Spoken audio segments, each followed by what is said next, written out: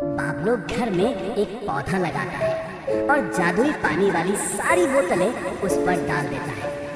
पौधा अचानक देखते ही देखते पूरे घर को अपनी लपेट में ले लेता है और पाब्लो फंसने लगता है।